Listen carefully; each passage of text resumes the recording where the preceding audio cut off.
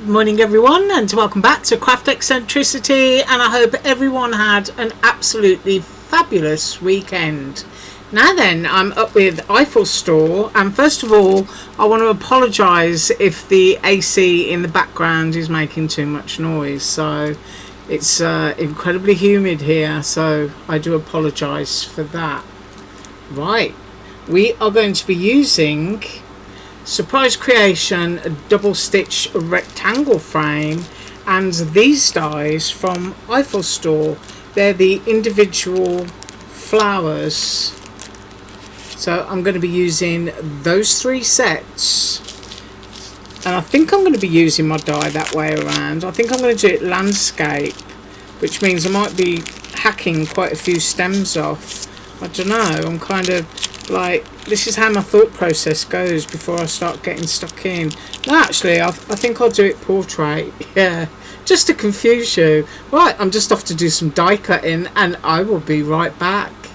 Right, so I've popped my little scruffy mat down here, and I've decided I'm going to use markers. So I'm using my Touch 5, which are brush markers, and if I can hold them steady under there, you can see the colours that I've chosen. I hope that you know, I know some of the wrong way around, but those are the colours I'm going to be using, so it's going to be real quick and easy. Now the only thing I'm going to use blue on is the background that I've cut. So here are my die cuts. So I've got those three sets of flowers. I did try to keep them separate, but you know me, I get everything all mixed up, and these are quite delicate, I have to say. And in the one there was 3 little pieces of grass, so I've kept those because I might use them. And I'm just going to pop my flowers out of the way, because for the background for my card I just want to be real quick and simple. So I'm going to be using my blue, and rather than use the brush end, I'm going to use the chisel. And I'm not going to do any blending, I'm just going to go straight down with my ink, and I'm going to suggest my sky. So this is something that I do quite often, and that's all I'm interested in doing. Nothing perfect, that's it, that's my sky, I'm sorry. But that's all the effort that's going into that background, and all it does is, you know, it just suggests that you've got something going on behind. It might look a bit at the moment, but wait until it's finished. Right, I'll move that out of the way. Right, so the first thing I want to do is these, and I've decided that I'm going to do them in purple, either purple or red. Do you know, I can't decide. I'm sitting here thinking I'm going to be brave. Yeah, I'm going to go with red. So these are, I'll just cap it off for you. These are brush markers, and I do get them from AliExpress, and I absolutely love them. And I'm not sure whether I'm just doing like the petal bit, or whether I'm doing that rounded bit as well. In fact, I think I'll do the rounded bit, and if I want to put some green up into it, then I will do. So let's do one before I vanish and complete the others. So I'm just going to move that out of the way, pop that down. These are lovely saturated pens, and I do know, you know, that there's lots of cheap brush markers now, and I'm somebody who's quite a sucker for pens. I do like to hoard them. I've got about 2,000, I think, which shows you, yeah. And I store all my pens in the Spectrum Noir pen trays, and casting a glimpse over at my shelf, I think I've got, hang on, 1, 2, 3, 4, 5, 6, 7, 8, 9, 10, 11, 12, that's 24, that's 48, 72. I think I've got about 80 pen trays, and then I stack on top of as well, you know, like paint markers and stuff. They're quite chunky. But anyway, I'm chattering away. Right, so I'm going to be using the green that I just showed you. And I don't know whether I'm going to go over that bit yet, but first of all I'm just going to do the stem. Now you can see, just looking at this, just how quick that is. Do you know what I mean? Oh, I hope I'm not all blurred. So if I move that out of my smoosh on my mat and try and get some clarity, there we go. That's a bit better. And I'm just wondering if I should take my green up into that red bit. But I think I'm going to leave it. Yeah, I'm going to leave it like that. So these I'm going to do exactly the same as that, and I'll be right back. Right, so I've done those, and the next colour that I'm going to choose is my orange colour. It's called Marigold, and I'm going to be doing my Spidery Flowers, which have delicate stems. So what I'm going to do with this is basically show you what the colour is. I'll do this double one, and I'm going to be using exactly the same colour green for all of them, because it's just a nice quick card. And I do go quiet when I do stuff like this, because I like it. It's like colouring in books, isn't it? You know what I mean? It's so relaxing. So I'm just going to do all these spidery ones like this, in this nice marigoldy orange. Trying to decide which bits are green and which bits aren't. Like I might go across there. Yeah, why not? And then I'll have fun either going over it with the green or patching the green in those little stripes there. Right, so I'm going to do them all in orange, and I'll be right back. Okay, so that's my orange and red done, and if you notice my mat here, it's got the yellow in, and if you look here, you'll see it's stained with pink. So whenever you're using highly pigmented yellows and pinks on clear silicone, or basically any silicone mat, you're going to stain them. It's not going to come out, you just have to live with it. So next up is my purple shade, and I've already done these bits in green because I'm always watching the clock. So I've got a really bright colour theme going on here, but in a minute I'm going to run off and get my black marker, and we're going to try and unite them a little bit. That's a good word, isn't it? If only. Yeah, united. Right, so those are my pinks, and I've got my oranges and my reds. I'm going to clean my mat, and I'm just going to grab my black. Right, so I've been and grabbed a black marker, and I'm using a Spectrum Noir Illustrator because this is the one I found, and on these I do want to make these black down here. I've decided I just think it'd be a lot more fun, and I'm going to introduce some black into all of these flowers,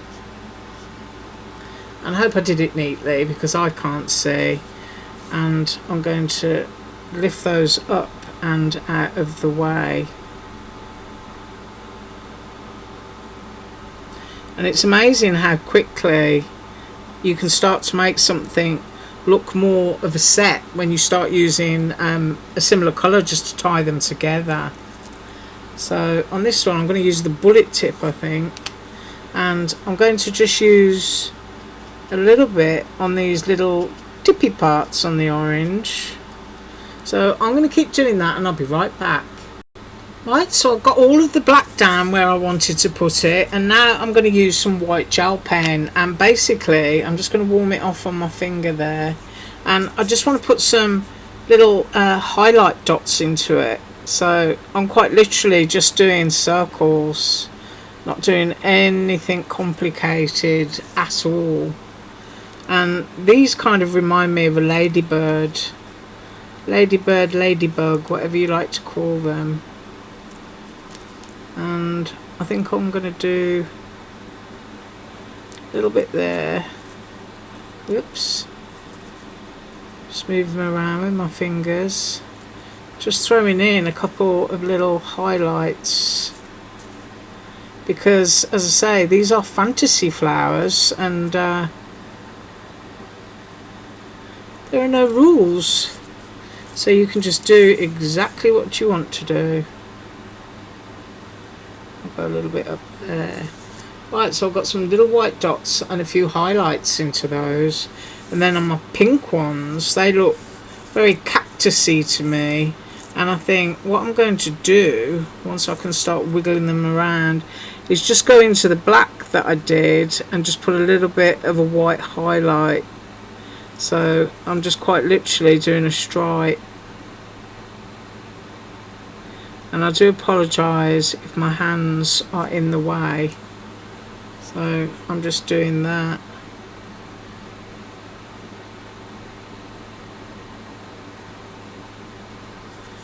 Just a little bit. And then what I'm going to do with the orange ones is everywhere that I've put a little dot of black on the ends, I'm just going to put a little dot of white. And as you can tell, you know, that's going to take a little bit, you know, a couple of minutes, so I'll be right back. Right, so that's that done, except I forgot to do that one. Yes indeed, I just noticed that. So I'll just go in with my white gel pen and do that very quickly. Now all of these, I'm just going to grab my card base again. I'm going to arrange them however I want, and I'm going to pop them down onto my card base, which as you can see is just my blue scribble, and I'll be right back. And there are my bright and fanciful blooms that I've arranged, and now I'm going to glue them down. I'm going to use my Dollar Tree glue, and all I do when I'm gluing down, I'll show you the first couple. I've arranged it how I want it, and I'm just making sure that nothing is coming off the card edge there, and that it's kind of like all within its confines, and you just hold it with your hand. And this is why I usually run off and do it. And first of all, let me squeeze my glue bottle. Right, I have got some coming out, and I just go directly under the area where I'm going to have a flower, and I do it like that, and I do it all over, and that way I know my composition is going down exactly where I mean for it to go. Now I probably didn't put enough glue onto that bit, but I'm sure you get my meaning. So it's just about putting your glue down and holding it. And because that takes a couple of minutes, you know, I just go away and do it off camera. So that's exactly what I'm going to do, and I'll be right back. Right, so my bright and happy blooms are all stuck down in place there. And the last thing that I want to finish it off with is a piece of ephemera from, the Crazy Crafter. Yeah. They're always changing their name. But if I can find the pack, I'll link it below. I think this is actually a Christmas pack, if I'm not mistaken. But I do have videos where I've hauled their stuff. Now, right down at the bottom here, I've got a few stems that are still sticking up, but that doesn't bother me. And then into the centre, I just want a little sentiment to say, you are amazing. Because, you know, those flowers are really, truly vibrant, really happy. And just a plain scribbled background done with a marker, you know. And you can layer this onto another sheet of cardstock if you want to. And if you did, my suggestion would be to cut the next size up in this die set in white, and just take your blue marker, go all around the edge with it, because then it will show like a blue border that matches what is supposed to be my little bit of sky, or even water if you want it to be. Right, that's what I have for you today, and as always, I thank you so much for watching. Have an absolutely awesome day, and as usual, all links below. Oh, and I'm up tomorrow with a KS Craft design team haul. Bye.